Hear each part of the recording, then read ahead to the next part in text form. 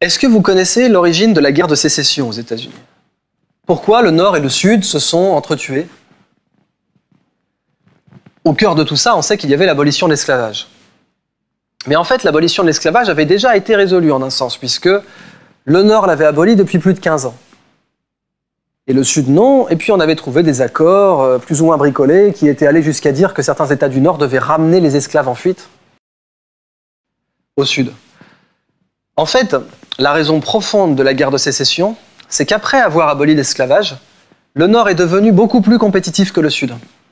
Économiquement, le Nord est devenu à la fois plus productif et plus compétitif d'une façon générale, à tel point que les exports du Sud étaient devenus complètement non compétitifs et que la guerre était inévitable. L'économie du Sud a été asphyxiée parce que le Nord avait aboli l'esclavage. Pourquoi ? Vous abolissez le travail gratuit à vie et ça vous rend plus compétitif. Ça paraît contre-intuitif. Ça paraît ridicule en plus de ça, absolument. Et dangereux, hein, l'abolition de l'esclavage.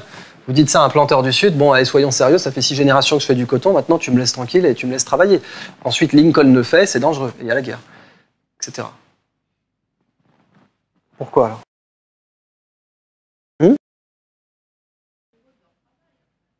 Alors, à l'époque industrielle, non. Hein. C'est ce qui fait que l'origine, on arrive aujourd'hui à l'aube du XXIe siècle avec une mentalité qui est que faire ce que l'on aime, c'est l'exception.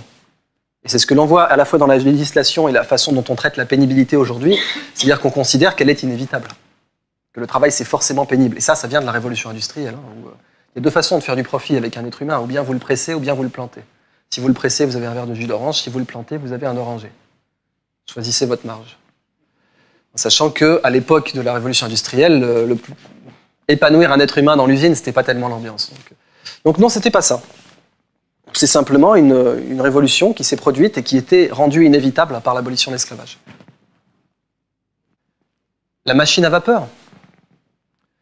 Comprenez, vous allez dire encore une fois à un planteur du Sud, toi, il te faut une machine à vapeur.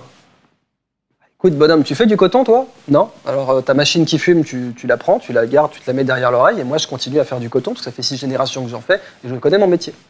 Non, non, il ne te faut pas un esclave, il te faut une machine à vapeur. Va-t'en. La machine à vapeur, personne ne voulait l'adopter, c'est pas fait comme ça. Le Nord non plus, d'ailleurs. Mais une fois que vous abolissez l'esclavage, là, vous n'avez pas le choix. Il faut produire avec des machines. Parce que la main-d'œuvre gratuite, c'est fini. L'abolition de l'esclavage a accéléré l'industrialisation du Nord à une vitesse phénoménale.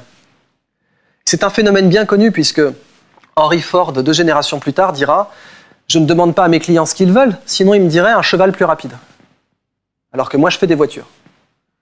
Donc il faut que je leur mette la voiture sous les yeux, que je leur montre, parce que sinon ils sont encore en mode cheval, eux, donc ils vont me dire « Je veux un cheval plus rapide. » Et la machine à vapeur, c'est exactement pareil. Vous demandiez à un planteur du Sud, qu'est-ce que tu veux? Un plus gros esclave, plus fort, qui dure plus longtemps. S'ils avaient pu faire des esclaves transgéniques, ils les auraient fait. Vous savez que c'est vrai en plus. Donc le Nord s'est industrialisé. Et oui, Chevrolet, Cadillac, Ford, ils ne se sont pas installés à Chicago pour le climat. Ils s'y sont installés parce qu'il y avait des machines à vapeur là-bas, que c'était industrialisé. En s'industrialisant, le Nord est devenu bien plus compétitif que le Sud parce que même si vous aviez main-d'œuvre gratuite, c'était pas de taille à lutter contre les machines à vapeur. Du coup, on a un État qui crée une contrainte à abolir l'esclavage et qui en fait est beaucoup plus rentable.